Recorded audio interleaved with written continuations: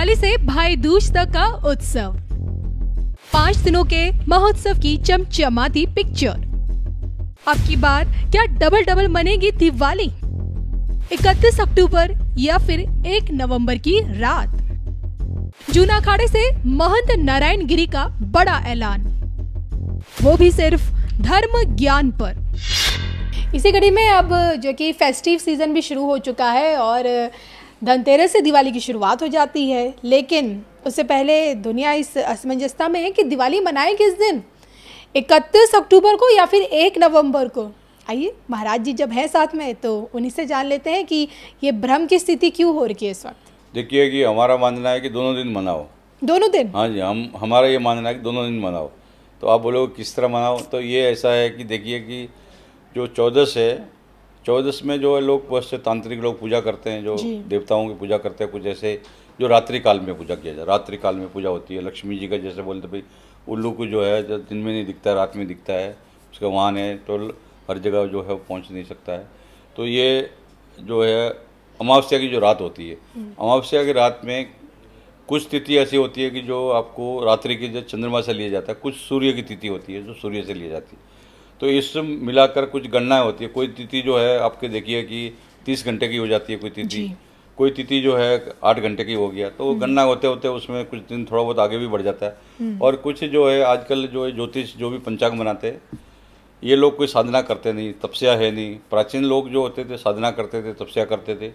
और हमारे central government के जो अधिकारी लोग होते हैं या राज्य सरकार में जो अधिकारी होते हैं, जो ये तिथियों को तय करते हैं, ये भी क्या है कि ये एक तरह से नास्तिक लोग हो गए हैं। ज़्यादातर इसमें नास्तिक लोग हैं। आस्तिक होते हैं तो वो भी कोई अध्ययन करते हैं, अच्छा अध्ययन करके तिथि का सही निर्णय करते हैं। तो ये भ्रम की स्थिति नहीं आती। कहीं न कहीं जो है उन लोगों की गलती भी है। और तीसरा ये विषय है कि मान लीजिए कि जिस 31 तारीख को 3 बजे तक या 4 बजे तक जो है आपका जो ये मान लीजिए उसमें वो अमावस्या आ रहा है जी, तो उसके बाद में पूरा रात भर वो अमावस्या रहने वाला है, उसका असर रहेगा। तो अमावस्या हो पूरा 31 तारीख की रात को। तो रात्रि काल में जो पूजा करने वाले हैं वो लोग जो है वो करें। उसके बाद 8-9 बजे जितने बजे भी दूसरा जो है तिथि बोले, उसके बाद में भी वो है आपका जो ये रहेगा, जो 14 दिन में भी रहने वाली है। तो उसमें दिन में भी जैसे दुकानदार वगैरह है जो दिन में पूजा करते हैं, कुछ अपनी किताबों की पूजा करते हैं, कुछ दुकानों में पूजा करते हैं। तो वो दिन में 10 बजे 11 बजे अभिजीत मुहूर्त में 12:30 बजे वो जब भी जिस टाइम भी वो मुहूर्त हो उसमें भी पूजा कर सकते हैं। उसके बाद में रात्रि में जो है वो अमावस्या जो है वो मतलब मान लीजिए कि वो 14 रात्रि के में नहीं है, रात को टाइम में 1 नवंबर को रात को नहीं है। तो उस समय में फिर जो है बोले उसका पूजा करने का अर्थ नहीं है। तो इसमें जो लोग हैं ये कहीं न कहीं जो है तिथि की घोषणा करने का अंदर में, और अभी बहुत से सभी विद्वान लेके इसको बहस कर रहे हैं। कुछ लोग बोल रहे हैं कि भाई उत्तर भारत वगैरह में है तो हमारा हिसाब से जो है 31 को मनाना चाहिए। कुछ बोल रहे हैं 1 नवंबर को। तो ये दोनों दिन जो है पूजा करना है भगवान का। इसमें कोई व्रत वगैरह तो हम लोग रखते नहीं है, इसमें व्रत का कोई नियम नहीं होता है। और खुशी मनानी है, किसी के जीवन में पटाखे छोड़ रहे तो आप दोनों दिन को दिवाली मनाए, इसमें क्या भाई दिवाली कि वो बोलते हैं ना कि दिवाली 100 दिन की, दिवाली जनता में मनाओ, तो ये कोई बुरा नहीं है उसमें भी। निश्चित रूप से लोगों को जो है रात्रि काल में जो पूजा करने वाले हैं उनको रात्रि में तो आपको 31 तारीख को करना है, 31 अक्टूबर को। और जो दिन में दुकान वगैरह पूजा करने वाले हैं वो नवंबर को जो है दिन में 12 बजे तक भी आप पूजा कर सकते हैं, है ना जी। ये इस तरह से भाई दूज को लेकर मैं आपसे बस यही चाहती हूँ कि आप हमारे दर्शकों को क्या संदेश देना चाहेंगे जो आज की जो युवा पीढ़ी है।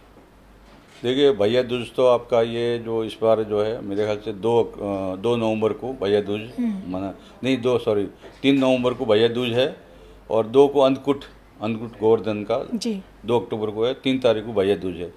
तो भैया दूज तो ये अपना एक तरह से बहन का भाई का एक अटूट बंधन रहता है। और हम लोग को बहुत सी जगह अलग अलग जगह रिवाज, कहीं पर अपना नारियल का गोला देते हैं, नारियल के ऊपर तिलक करते हैं। तो अलग अलग उसमें एक अपना होता है। और युवाओं को तो क्या है कि देखिए कि जैसे अभी आप लोग जो है बहुत सी जगह ये हर दिन कोई दिन कोई त्यौहार का दिन होता ही है। तो इसमें भैया दूज को विशेष रूप से मान लीजिए कि आपका एक तरह से जो बहन है वो भाई को सम्मान करना चाहिए, और भैया है वो उसको कुछ अपना गिफ्ट वगैरह दे, उसको सम्मान करे। तो ये तो एक दूसरे के प्रति सम्मान का एक त्यौहार है। जैसे रक्षाबंधन होता है वैसे भैया दूज के रूप में भी हैं। तो ये जो विशेष रूप से भैया की भाई की उम्र भी अच्छा लंबी हो। जैसे अभी आप कल 24 तारीख को होरी अष्टमी भी होती है हमारे। होरी अष्टमी, हाँ, होरी अष्टमी होती है, तो उसमें माता लोग जो है, बहुत से लोग बोलते हैं भाई पुत्र के लिए भी कुछ उसकी व्रत रखते हैं, कुछ पुत्री के लिए भी व्रत रख लेते हैं। तो उसके लिए ऐसा कोई नहीं है, संतान के लिए।